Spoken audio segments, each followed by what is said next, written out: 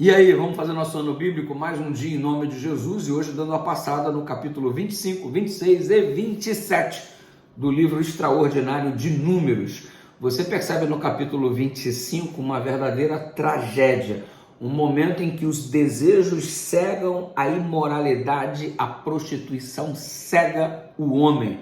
A pureza é o grande desafio e os homens se misturam com as mulheres moabitas e o problema surge de imoralidade, prostituição. Você percebe que há um envolvimento sexual na prática de adoração para com Baal. Baal é o deus da chuva e entendia-se inclusive que quando a chuva caía, tratava-se do sêmen do próprio Baal sendo derramado para regar a terra. Portanto, os cultos deviam ser feitos com envolvimento de luxúria, práticas sexuais ilícitas.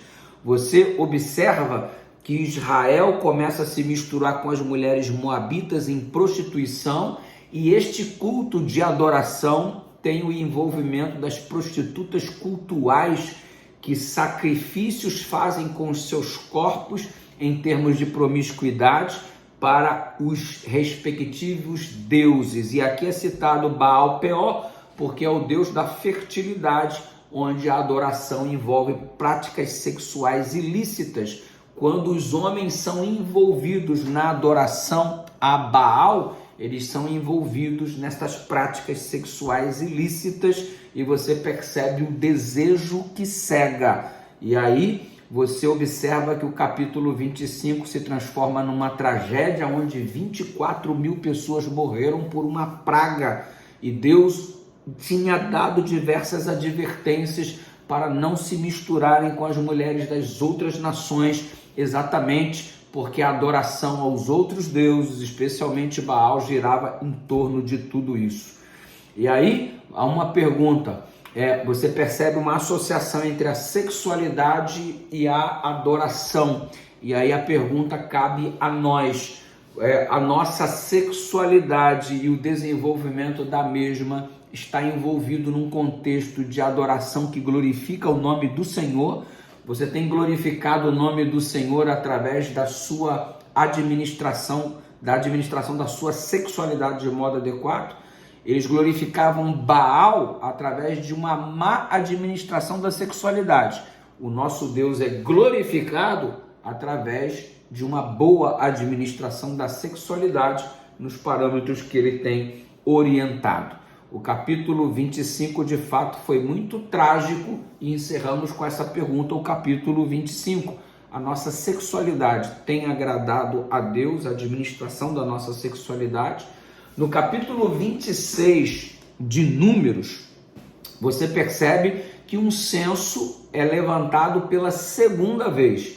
A primeira vez que ocorreu um censo foi 38 anos atrás, 38 anos antes do capítulo 26.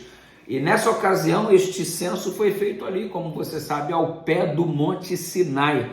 Esta segunda contagem está acontecendo aqui na planície de Moabe para averiguar, entre outras coisas, a força militar do povo de Deus, a vasta multiplicação que ele havia sofrido e como isso aconteceu, qual era o crescimento líquido, afinal de contas. As distinções das famílias, porque as terras iam ser distribuídas, isso ia oferecer uma base para a distribuição da terra de Canaã. E aí você percebe o seguinte, que 40 anos haviam se passado praticamente e Israel estava estagnado.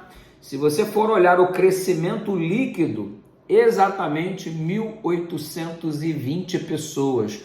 O crescimento do povo foi de 1.820 pessoas, 40 anos depois. Ou seja, exatamente 38, mas até entrar na terra seriam 40 e neste momento do censo, 1.820 pessoas apenas de crescimento líquido. A tribo mais prejudicada foi a de Simeão, ok? Você percebe no capítulo anterior, que foi o capítulo que a gente acabou de falar, o 25, que a principal tribo prejudicada pela praga que assolou, trazendo morte a um montão de gente, foi inclusive a tribo de Simeão. E, consequentemente, ao censo ser levantado, você percebe que a tribo de Simeão está reduzida e você percebe que os descendentes são prejudicados pelos pecados que nós cometemos.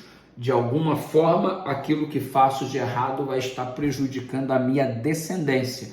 Se eu ficar distante do Senhor, eu trago prejuízo aos meus descendentes. É mais ou menos assim, o que faço de errado não repercute só na minha vida, mas tem desdobramentos tal qual a onda do mar sobre a vida da geração que segue a mim. Meu filho vai sofrer por um erro que eu cometi, o meu filho, se cometer um erro, sofrerá, transportará problemas em termos de consequência para a sua geração posterior e assim subsequentemente. Você percebe que na divisão da terra os levitas não recebem a terra, não possuem terras aqui. E aí fica uma mensagem clara que a gente não tem uma terra aqui. Nosso reino, gente, nosso foco é outro lugar. Ok? Você observa o capítulo 27 de Números e o último de hoje, que Deus atendeu as filhas de Zelofeade.